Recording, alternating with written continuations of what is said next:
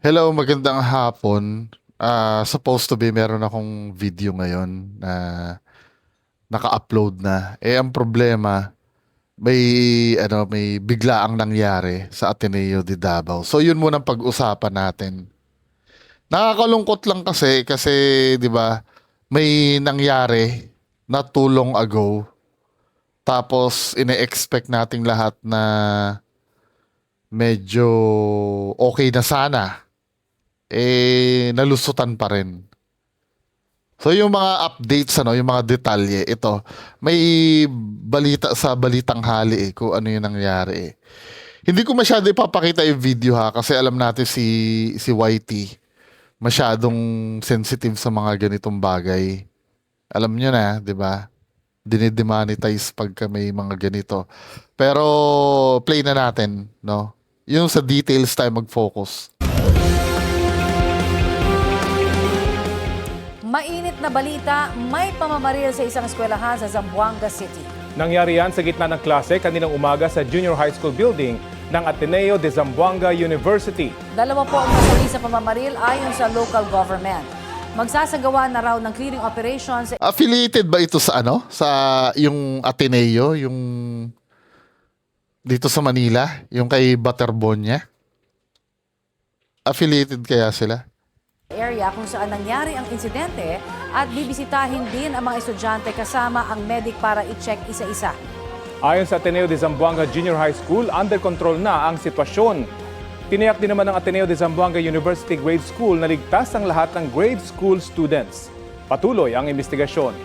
Tutok po rito sa Balitang Hali para sa updates ng balitang yan.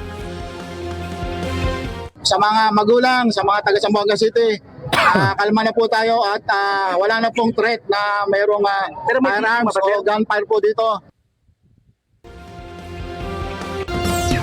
Update po tayo sa pamamaril sa isang eskwelahan sa Zamboanga City. Nasa linya ng telepono si Zamboanga City Police Office spokesperson, Police Lieutenant Colonel Paul Andrew Cortez. Magandang umaga at welcome po sa Balitang Hali. Sir, good afternoon po, sir. Opo, ano po ang latest sa nangyari sa pamamaril dyan po sa Zamboanga? Yes, sir. Actually, kanina po, may na-receive po tayong tawag na for alleged shooting incident. May personnel din tayo naka-deploy. Dito lang din mismo sa labas po ng eskwelahan. Kaya po naka-responde agad yung mga personnel natin. Dumating din po yung mga... Hindi, may naano pa rin. Iwasan muna natin magpabida, yung detalye muna ng kaso. Kasi napapakinggan ko kasi interview, parang binibida na nakaresponde agad, yung detalye tayo. Kasi parang naghuhugas kamay na. Although na hindi ko naman masisisi kung medyo mahuli kayo or pero iwasan muna natin yung magpabida ng konti na para bang na-control nyo yung mangyari. May nawalang buhay, dalawa. additional personnel natin from police station Santa Maria and at saka yung sa mobile forces natin. So, yung ginawa po natin, yung pinasecure natin yung mga ibang Submachine gun yung dala. Imposibleng hindi makakapkapan to. Laki niyan. Ano yun? Lumuwag na naman uli. Pero nakausap ko si Don Sebastian kanina. Sabing gano'n ni Don Sebastian, kasi nakakotse daw kasi. So meaning, pag nakakotse, maluwag ang security. Ina-assume nyo na walang gagawin pag nakakotse. Ang kakapkapan nyo lang yung hindi nakakotse. Grabe naman. Ang laki niya, no? Sobrang imposible yan. O let's say, sabihin na natin na nakakotse, paglabas niyan sa kotse, wala nang magi-inspect bago pumasok dun sa dun sa mismong mga classrooms. Ang laki nito, men. Iisipin nyo, laruan? Grabe. estudyante, kung saan po yung scene of incident po, na secure din po natin.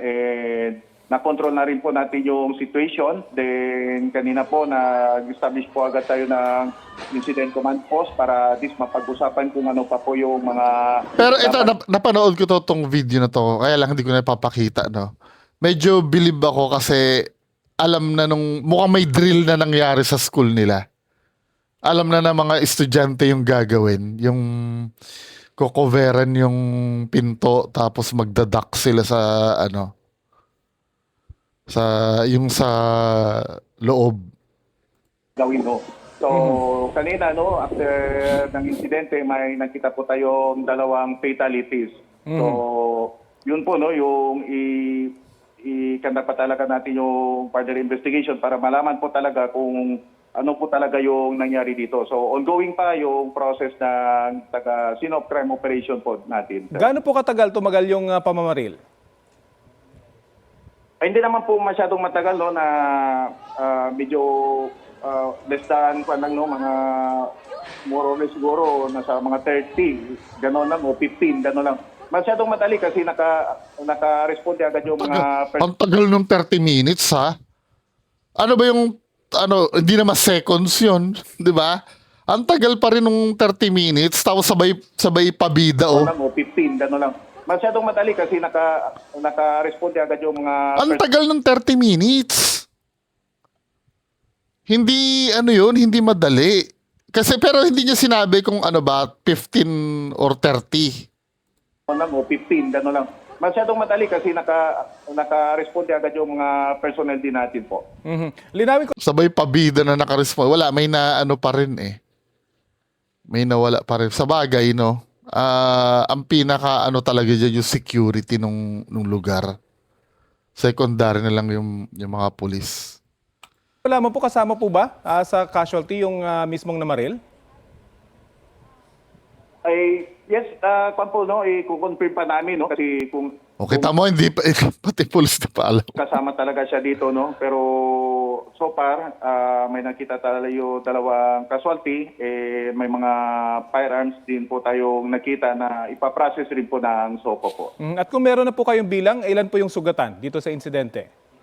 Other than that, no, wala na po tayong nabalitaan na may mga iba pang mga sugatan, no, na dinala sa ospital. Wala po tayong nabalitaan. Pero Wala kayo pinacheck alam, na- pero doon sa may videong kumakalat, pinakita, may nabaril na babaeng estudyante, parang marami yata eh. Kung gusto nyo mapanood yung video na yun, i-PM nyo ako, i-forward ko sa inyo yung link.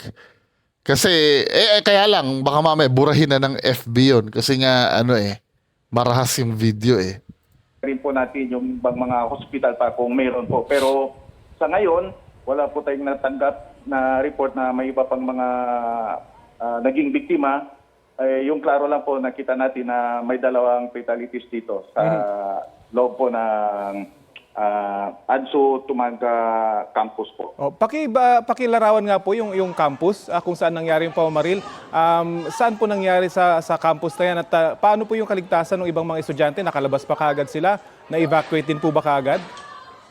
Yes sir, no, actually yung insidente po kanina, no, na nagkaroon ng shooting, then yung mga ibang mga estudyante, no, pina-evacuate agad sa covered court. Kaya po, no, nung pag-responde agad din ng mga pulis natin na kaya swift lang talaga.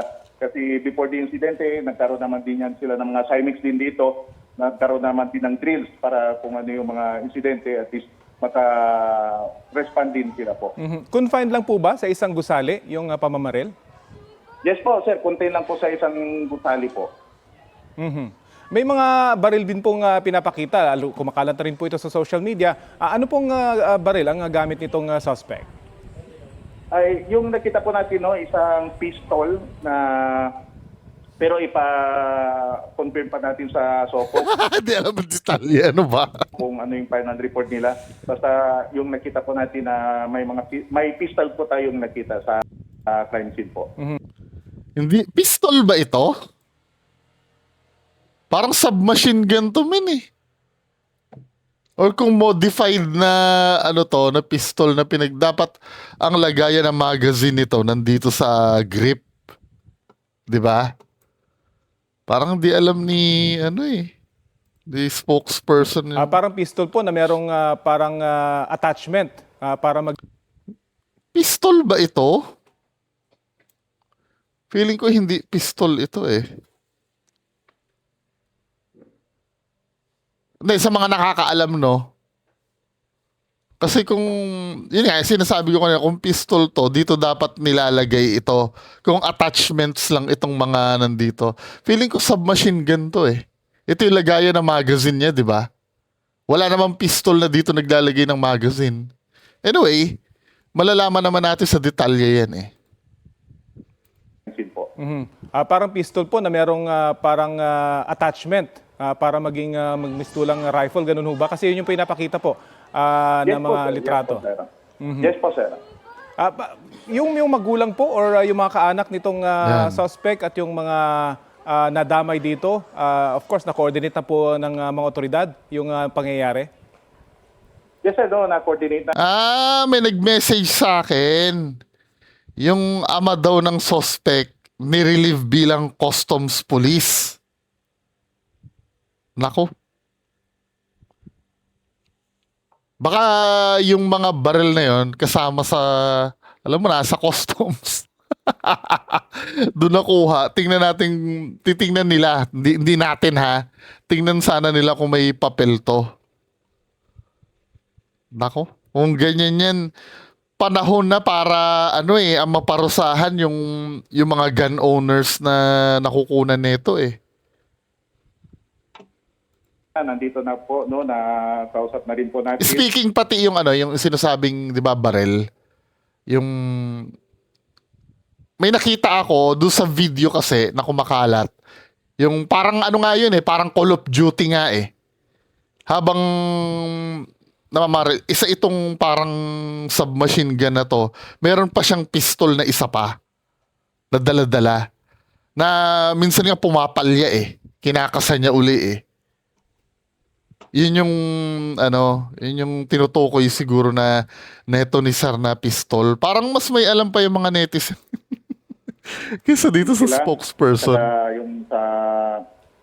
yung sa school administrator nandito na rin po at saka kinausap na rin sila para at least intindi kung ano po yung naging sitwasyon, no? Kaya